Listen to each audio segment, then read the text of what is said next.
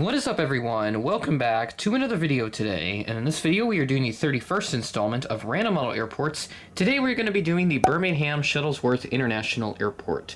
Thank you to MSRTNA Productions for providing this month's suggestion. If you have any new suggestions for new Random Model Airports, please leave them in the comments below. So a unique intro going here for this Random Model Airport update. As this airport is quite large, you can see it spans pretty much like 2 full frames at this rate. This is a really big airport with 3 separate concourses all throughout, and it's all connected in one big building. So brief history for the Birmingham Shuttlesworth Airport. Air service first arrived to the Birmingham area in 1928, with Delta Air Service coming along the next year. That is the same Delta that we now know today as Delta Airlines. The Birmingham Airport officially opened in 1931, with American and Eastern Airlines coming to the city. Eastern joined in 1934. During the Second World War, the airport was leased to the United States Army Air Forces for wartime operations, and this airport was considered a hub, or a potential hub, for the Deep South, but that was dismissed in favor of Atlanta. Later airlines that came along to Birmingham, you had Southern Airways in 1948, and then Capital Airlines began in 1959 with the Vickers Viscount aircraft. I'll go ahead and pop up a photo on your screen as to what one looks like. First jets then came along in 1961 or so with the Delta Convair 880 from Atlanta and onward to LAX via New Orleans. So really nice aircraft right there, and I'd love to have one of those in my collection at some point. A new terminal building opened up in 1962, and then there was another terminal built up and added in 1973.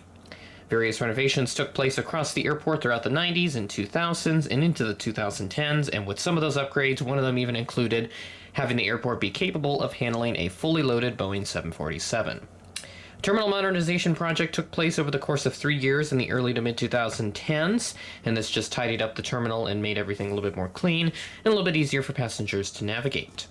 The airport did see 3 million passengers in 2019, shortly before the pandemic hit, so some of the numbers I have seen... Shut up! The airport saw 3 million passengers in 2019, shortly before the pandemic hit, so some of the numbers I saw for 2021, they were like 2 million something. I didn't get an exact number on that, but with air travel coming back, I imagine it will be higher than 3 million, possibly even for this year or next year at the earliest. So Concourse A is right over here. We got Concourse A here. We have Concourse B here. This is American. A is mostly Delta, and then C is United and Southwest. So we'll go ahead and start off over with the Southwest Concourse, or not the Southwest Concourse. My God, I am having a tough time.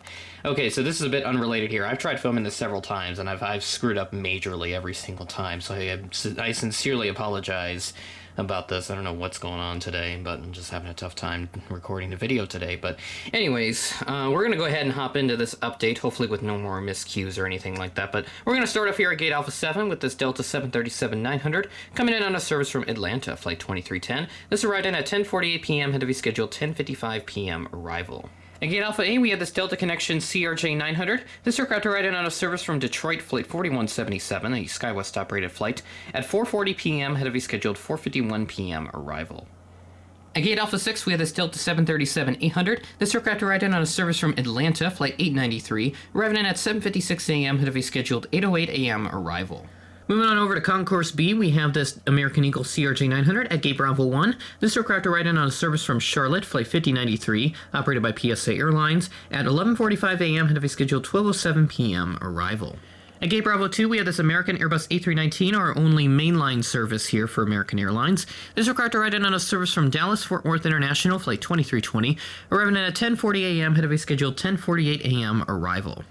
Positioned at Gate Bravo 3, we have this American Eagle CRJ-700 completing a trio lineup of American Airlines aircraft as the next gate is empty. This aircraft arrived in on a service from Washington Reagan, flight 5147, operated by PSA Airlines. At 3:04 p.m., had a scheduled 3:12 p.m. arrival.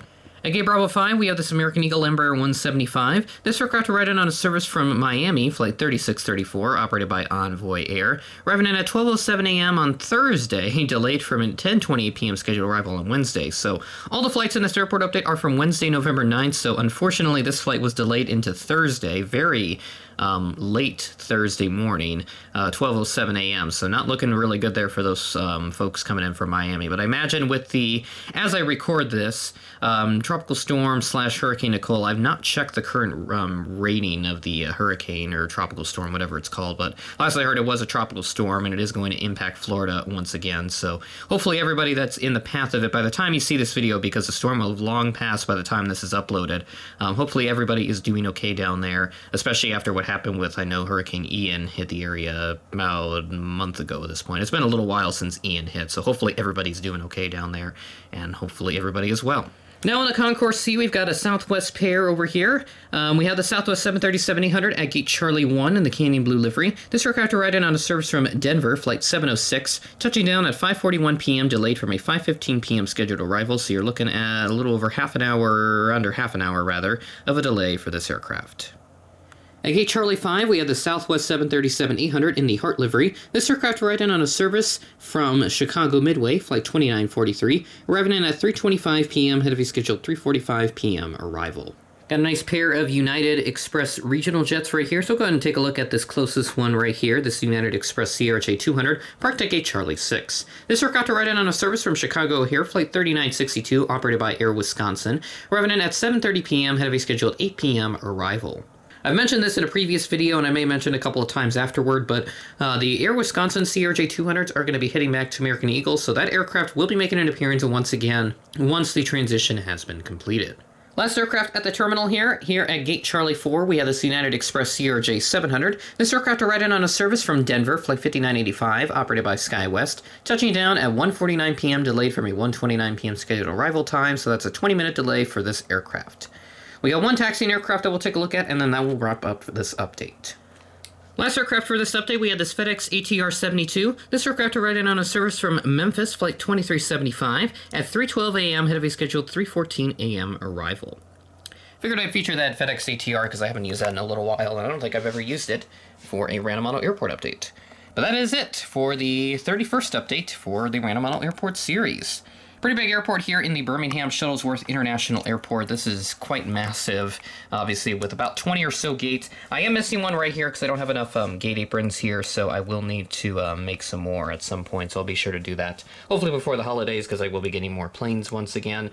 Massive Unboxing 13 going to be pretty retro, and so that will mean that nothing really applicable for Random Model Airports or any of my other modern airport series. All of them are basically going to be for my retro FSD project, which I'm super excited to resume following the holidays, but it has not been put on a complete pause. I've been doing a lot of research and been acquiring assets as I speak, and I found a lot of really good ones, so I'm really excited to do that unboxing. But just some of the other stuff that you can expect as we head towards the end of the year. Rest of the airport updates will be coming out, and basically the only unboxing left for this year will be MU13 and then perhaps even MU14 as we head into 2023, as I will be sure to get a couple extra models that I may have not gotten in time for Christmas.